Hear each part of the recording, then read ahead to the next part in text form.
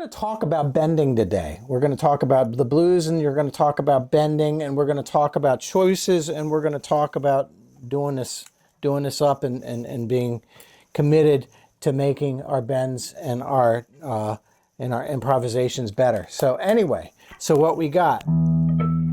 So let's say we're going to start with a basic tool, which is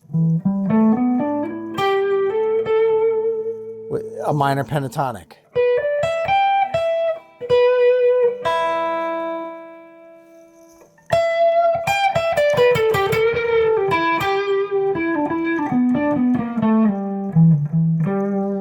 I remember hearing a story about Ritchie Blackmore questioning Eric Clapton always using bends and vibrato in his playing. He thought it was weird back in 1967, and he questioned him on it.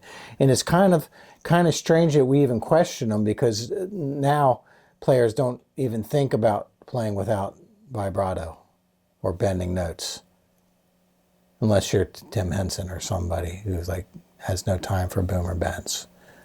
But I have time for boomer bends, so that's why we're going to be talking about this. So anyway, what is a bend? When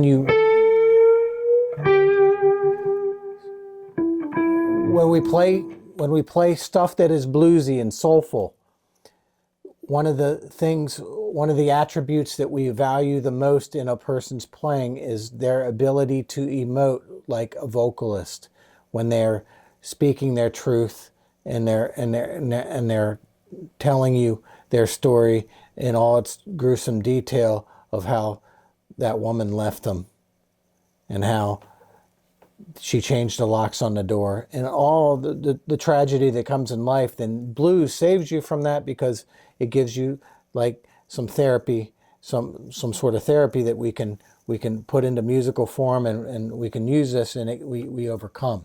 That's what the blues is. So the idea is blues singers emote with their emotions when they sing. We want to do some of that, and one of the ways we can do that is to have vibrato, and what you can do as a vocalist is bend notes as you sing. Nobody wants to hear exact auto-tune notes back in 1947. Okay, that was a thing that never existed then, and thank God, because it's like the bending of notes.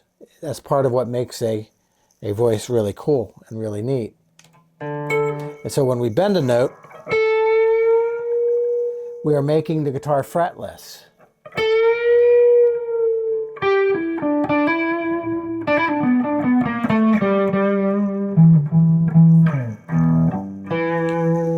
So our main scale that we're going to use for today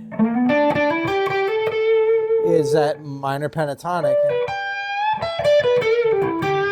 We started vibing like maybe some Clapton, maybe some Robin Trower, maybe some Roy Gallagher. Listen to some of the blues guys, Roy Buchanan, all these guys.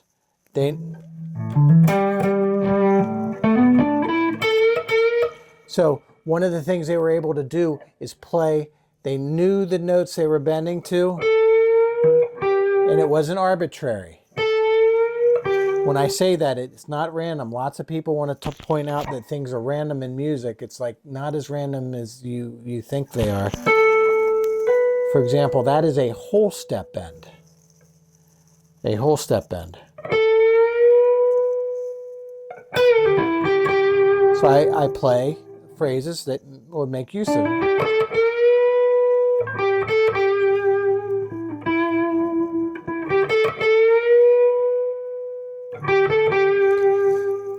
So another thing I can do is a half step bend.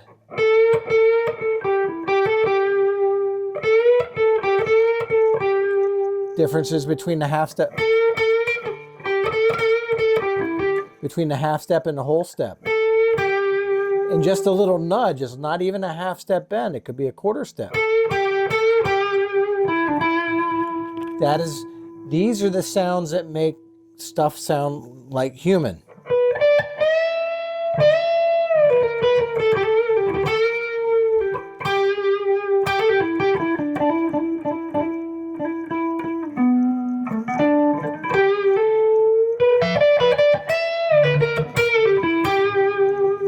All right.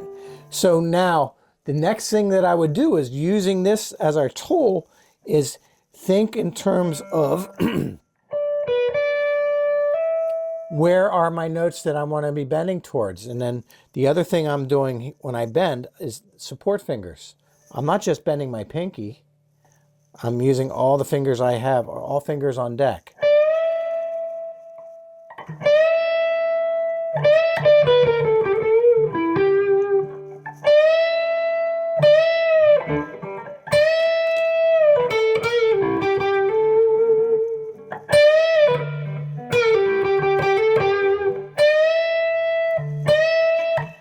Okay, so that's a whole step bend.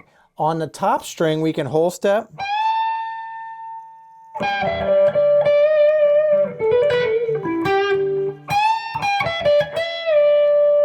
We can also half step bend, and that's a different sound, but it's a good sound.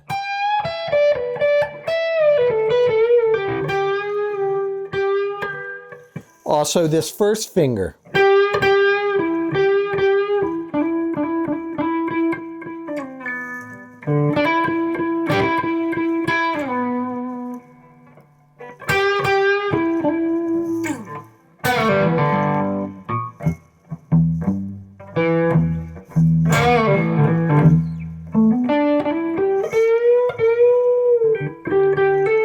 So from there, what I would do is I would take inventory of all the minor pentatonics and the major pentatonic stuff that you know, and like say if I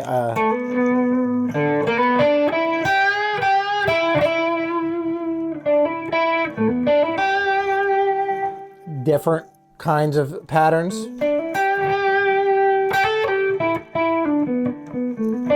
And then think in terms of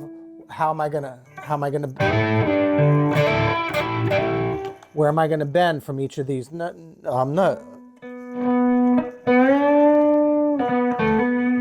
We'll call that a compound bend, where compound bend is anything more than a whole step, like a minor third bend, for example. That's where you bend there.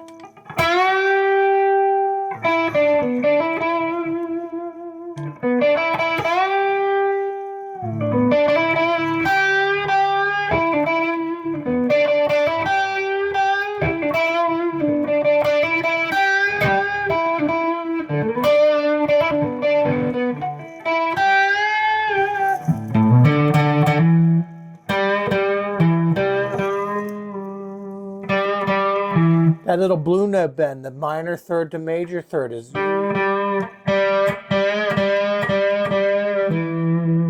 find it everywhere on the neck.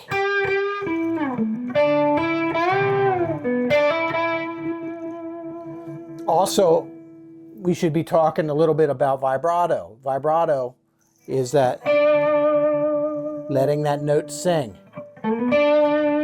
That is what Eric Clapton did, and he stole from all the Chicago blues guys. He is the guy who heard that blues was kind of underground music in the early 60s. It was kind of like in England. It was this. America didn't really appreciate it as much as it should have. So this is like what the Buddy Guys and the Muddy Waters and Otis Rush, Freddie King, B.B. King, Aber King.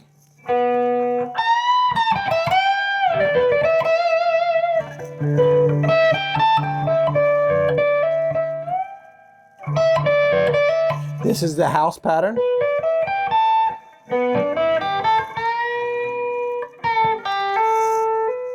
That is where you bend on that note. Compound bend. Vibrato. So, letting the note sing.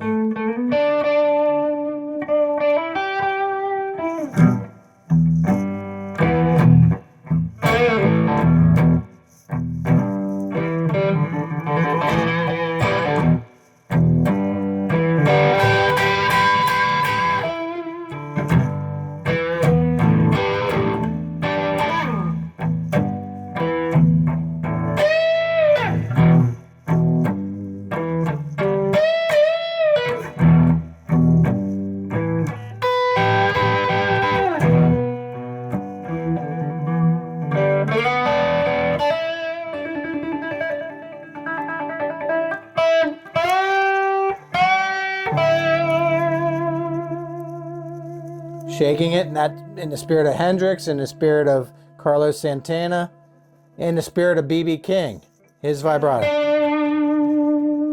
Letting the notes sing.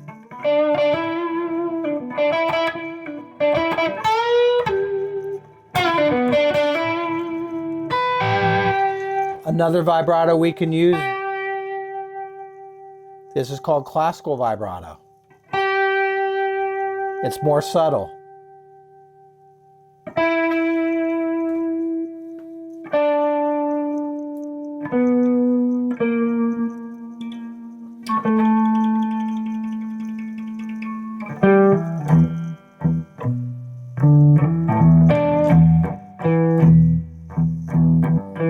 This is Rod Boomer Guitar Sessions. My hope is that you check this out and it inspires you to work your blues up and to work, so you're a better rock player, so you're a better performer, so you're better in all things. So anyway, so bending matters. It makes you sound human. It makes you sound. I can hear the crying in your playing. That's a compliment. All right. So anyway, I'll see you next time. Please support whatever we're doing here. If you like it, if you have questions, post them in the comments, and I'll do my best to answer your questions. See you next time. Hi, this is Rod from Boomer Guitar Sessions. I personally wanted to thank you for being part of our community. If you like what we're doing here and you want to see more of it, please hit the like, subscribe, and share. And this helps me spread my musical messages to all over the world. Thank you. I appreciate you. And always remember, you can do this.